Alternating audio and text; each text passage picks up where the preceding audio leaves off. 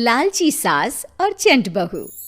मीरा की सास कमला एक दिन अपनी सहेली सुमन से कहती है कि उसने अपने बेटे रमन की शादी करके लाखों का नुकसान कर लिया।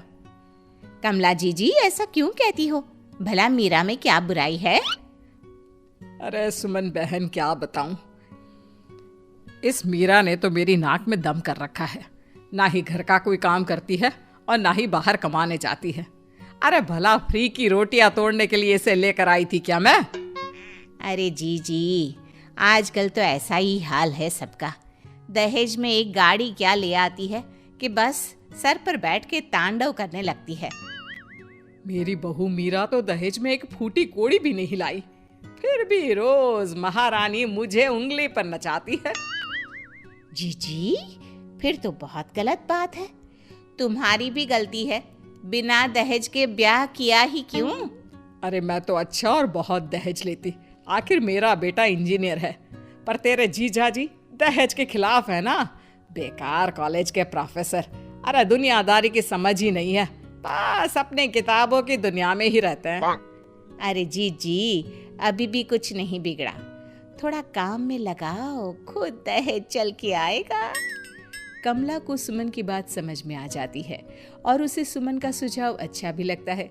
कमला अगली सुबह से मीरा पर हुक्म चलाने लगती है। सुन बहू, फटाफट से सफाई कर ले, फिर रोटियां भी बनानी है। सासू माँ, सब मैं ही करूंगी क्या? आप क्या पूरा दिन मुझे काम बताने का ही कष्ट करती रहोगी? तो तू क्या चाहती है, मैं तेरी नौकरानी बन जाऊं? हैं? चुपचाप काम कर, नहीं तो अपने मायके का रास्ता नाप और निकल मेरे घर से। मीरा अपनी सास की धमकी सुन के थोड़ा डर जाती है। वो पूरी ईमानदारी के साथ घर का काम और अपनी सास कमला की सेवा करने लगती है। ये सब देखकर कमला बहुत खुश होती है, पर थोड़ी निराश भी होती है, क्योंकि जैसा वो चाहती थी वैसा कुछ अभी तक तो हुआ नहीं था। कमला अपनी बहू मीरा को और काम बताने लगती है। सासू माँ, आज मेरी तबीयत थोड़ी खराब है, आज तो मैं काम नहीं कर पाऊंगी।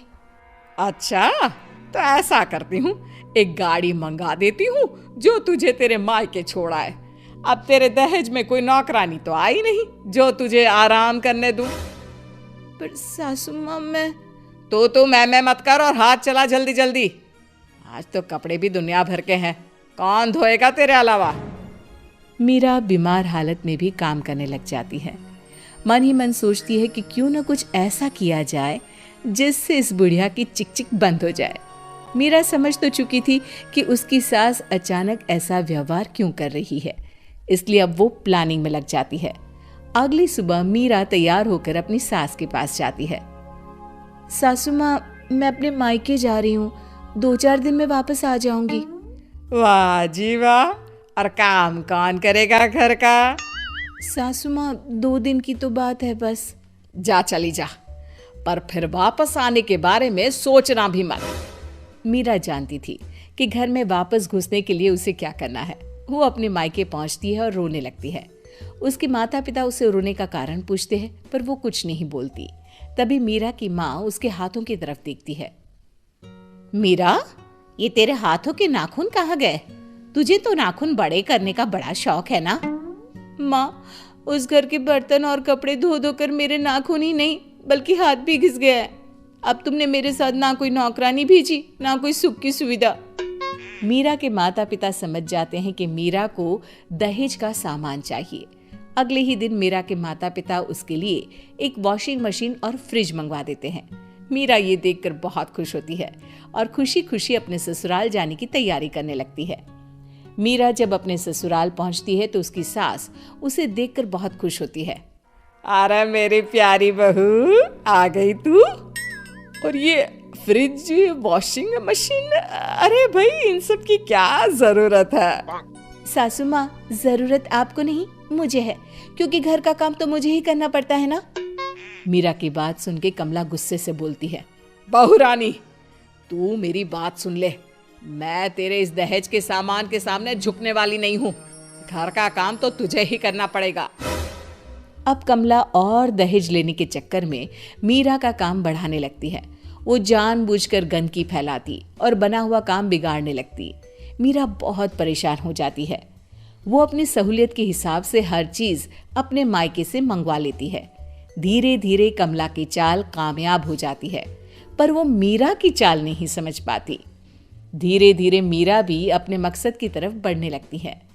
वो अपने ससुर और अपने पति को अपनी तरफ कर लेती है। एक दिन मीरा अपने ससुर से कहती है, पिताजी क्यों ना आप ये घर मेरे नाम कर दें, क्योंकि सासू माँ तो बीमार रहती हैं और रमन का तो आपको पता ही है कितने बिजी रहते हैं। ऐसे में घर को संभालेगा कौन?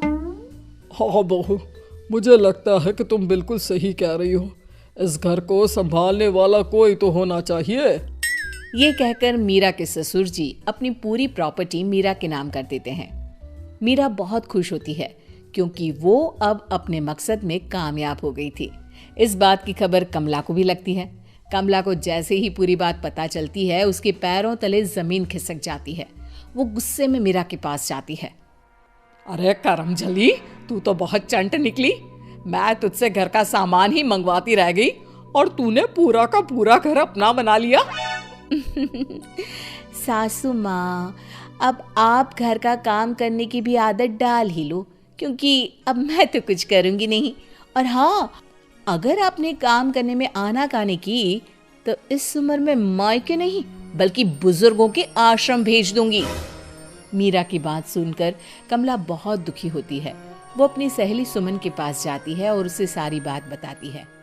अरे सुमन, मैंने तो लालच में आके अपने ही पैर पर कुल्हाड़ी मार दी। काश मैं तेरी बात मानती ही नहीं तो आज ये मेरी दशा नहीं होती। वाह जीजी, उल्टा चोर कोतवाल को डांटे। मैंने तो सिर्फ काम करवाने की सलाह दी थी, पर तुम तो बेचारी मीरा को परेशान करने लग गई। अब भरो अपने किए के फल। और वैसे भी ना, एक दिन तो ऊंट पहाड़ के नीचे आ ही जाता है। सुमन की बातें सुनकर कमला अपने घर वापस चली जाती है और अपनी बहू मीरा को पूरी बात बताती है कि कैसे सुमन ने उसे उल्टी सलाह देके अपना पल्ला साफ कर लिया। कमला अपनी बहू से माफ़ी मांगती है। नहीं सासू माँ, आपको अपनी गलती का एहसास हो गया, मेरे लिए वही बहुत है। मुझे भी घर पर कोई राजबाज नहीं करना, बस प्यार और साथ मिले उतना ही बहुत है। अब सास बहू मिलजुल के एक साथ प्यार से रहने लगती है और दोनों घर के काम भी मिल बांट के करने लगती है।